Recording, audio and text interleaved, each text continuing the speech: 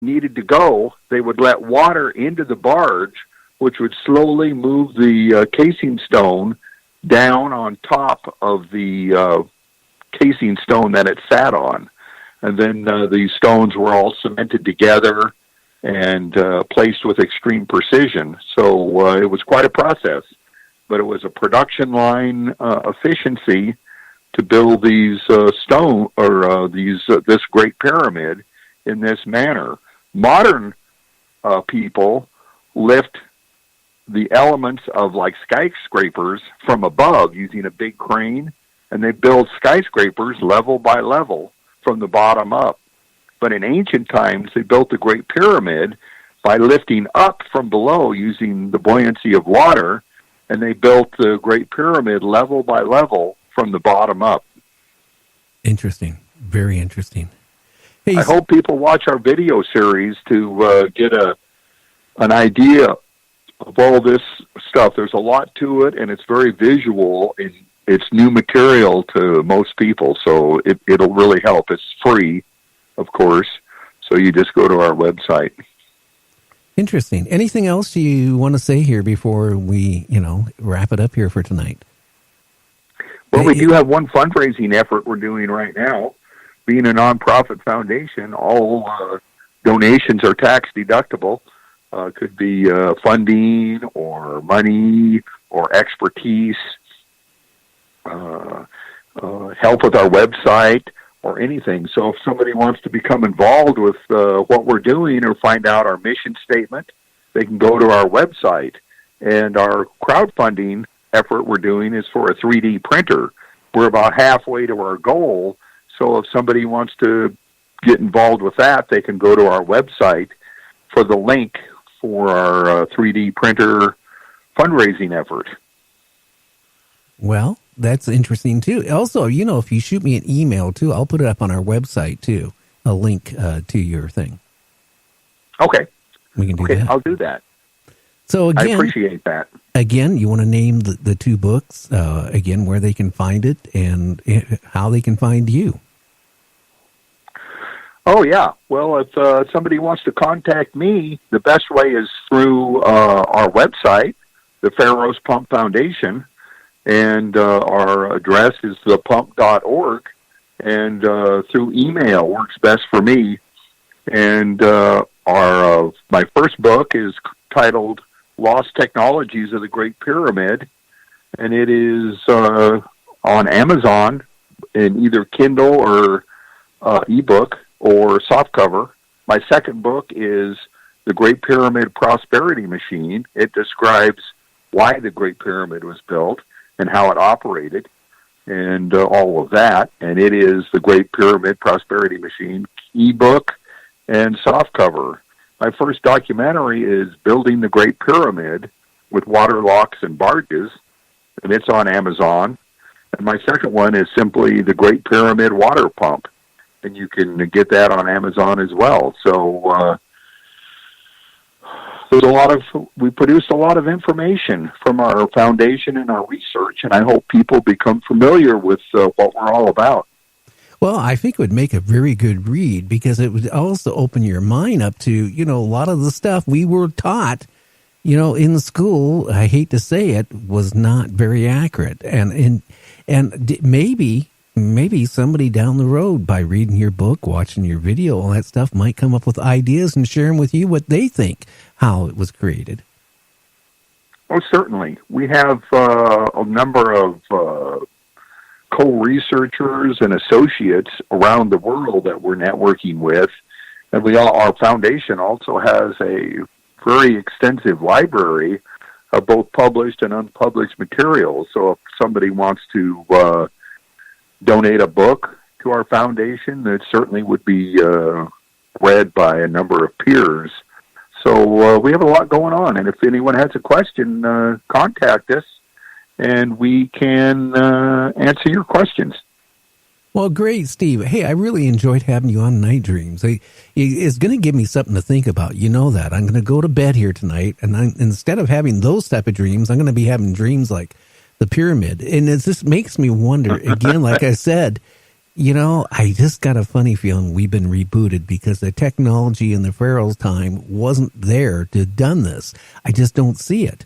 Again, like I stressed, when I was in school, I was taught that they took these big stones and put them on trees and rolled them, or they took them, or logs, I should say, or they made like a massive sleigh and they had all these slaves, hundreds of them, dragging these stones.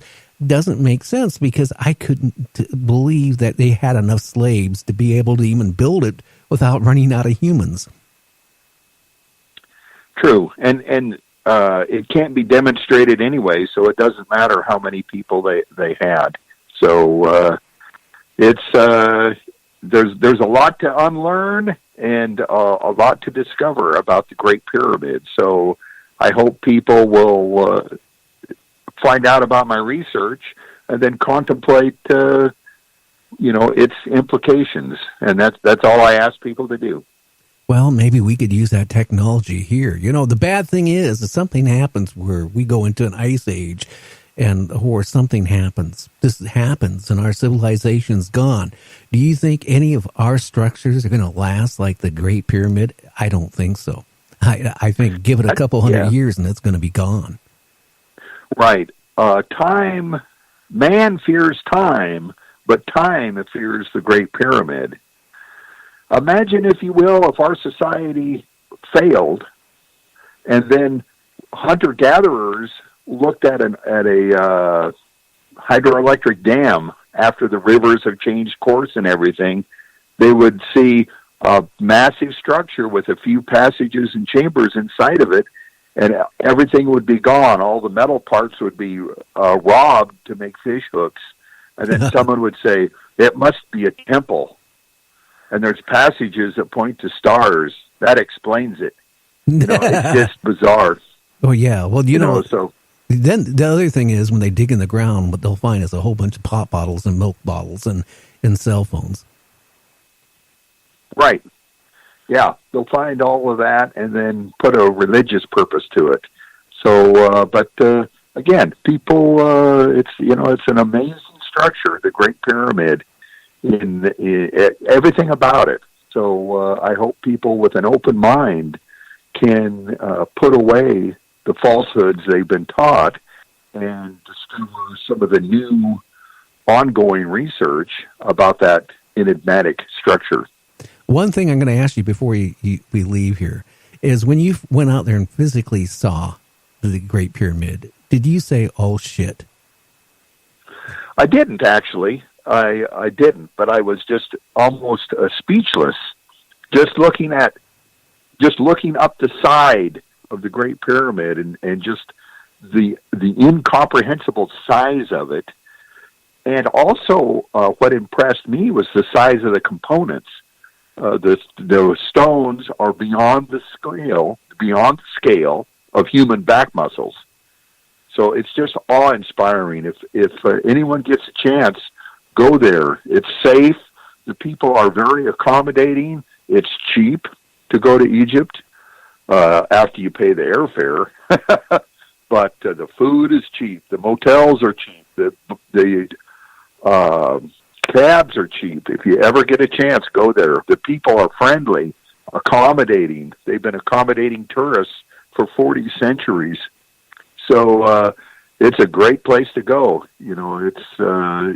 Do it. Go in debt. Hey, Karen. Egypt.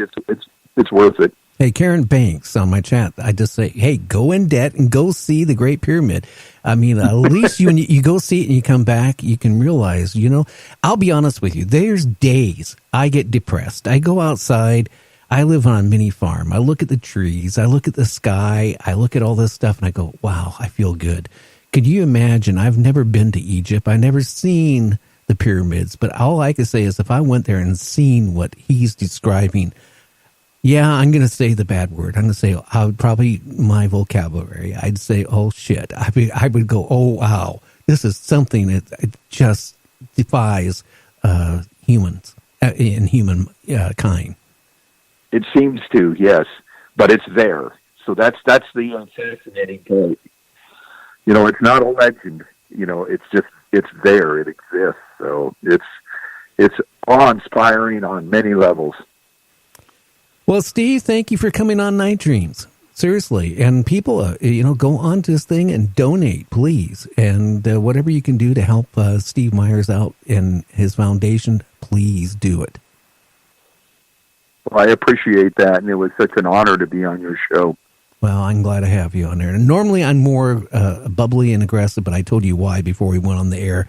So I'm kind of like in a neutral mood, and I'm trying to get back into my normal self. And I do appreciate you understanding that. Oh, you're the best host I've ever had. Oh, thank you. Anyway, sir, you have a great one. And what can I say? I'm also going to be thinking, I have been thinking about going and getting another amateur's license. I will say this, Steve. I started out on CB when I was 10 years old. My dad got tired of me talking, so he bought me a CB back in the 60s. And I did that for 2 years. And then he goes, hey, because my dad was a electronic engineer. And he actually helped develop some of the components for the SST when Boeing was trying to develop it. He said, okay, well, you played around with CB enough. Now you got to go get your amateur license. And the hardest part is I learned the code. I swear to God, after maybe a month of talking on the radio, I forgot the code that fast. But yeah. But I think I could do SOS yet, by the way, or CQ. But that's about it. But I can say this, I enjoy talking to, worldwide on amateur radio. It was fun. And, for some reason I got out of it when I went into broadcasting. And, now since I'm retired, I got time again. So I've been thinking about going on 2 meters or something like that. 2 meters is great. There's a lot of repeaters in our area. I'm a licensed ham, and it's a tremendous hobby, and 2 meters is great for local camaraderie, if you will. So, I hope you get your license back. Oh, yeah. Okay, Steve, well, you have a great week is coming up. Hopefully you don't get any more snow. Oh, I hope not. So, again, thank you very much. Okay, sir. You take care. Bye now. Bye. So the pyramids, the Great Pyramid, do you think that it was created by the Egyptians? Or do you think it was created before that by another race? Has the world been rebooted before that, and the pyramid was from another time? Do you think it was a water pump to supply water to the valley? It's a great possibility it could be, because what Steve was talking about, how the chambers and stuff even had settlement in it. It tells you that water was flowing in it, and the wear inside of it shows you that the water was flowing in it. So maybe it was. Maybe technology that, has been lost. It makes me just wonder, like I was mentioning on the show. I mean, everything I was taught in high school, junior high school, and college about how the Egyptians and the pyramids and all this stuff was created kind of makes you now, I kind of wonder, it just doesn't make sense. How could you take thousands of slaves to take a 70-ton stone and drag it 20, 40 miles or more from a quarry to where they built the pyramids? I mean, you would run out of slaves. It just doesn't make sense. But the standpoint of where Steve talks about where they were connected through canals and brought on a barge, and that makes more logical sense to me. But they don't teach you that in school. So I don't know. Well, I'm going to get out a few minutes early here yet tonight. I'm trying to get back to my normal self. I apologize. It's just my little buddy I've had for the last 20 years, my little dog, which is like a family member, is, I'm surprised he's still with us. I think he's hanging around for me. But he's about ready to pass on. And it's been really hard because, emotionally. I just couldn't take him into the vet and have him put down. I just couldn't do that. It would be like taking one of my children and doing the same thing. I just can't do that. Anyway, I'll be back tomorrow. We're going to have later in the week ghost stories. We're going to be talking about history. And then towards the end of the week, we're going to be talking about UFOs and aliens and all that stuff. A lot of that this month because disclosures that's starting to pop up here. Now, what is your feeling about disclosures on UFOs? Do you feel it's being done as a, to kind of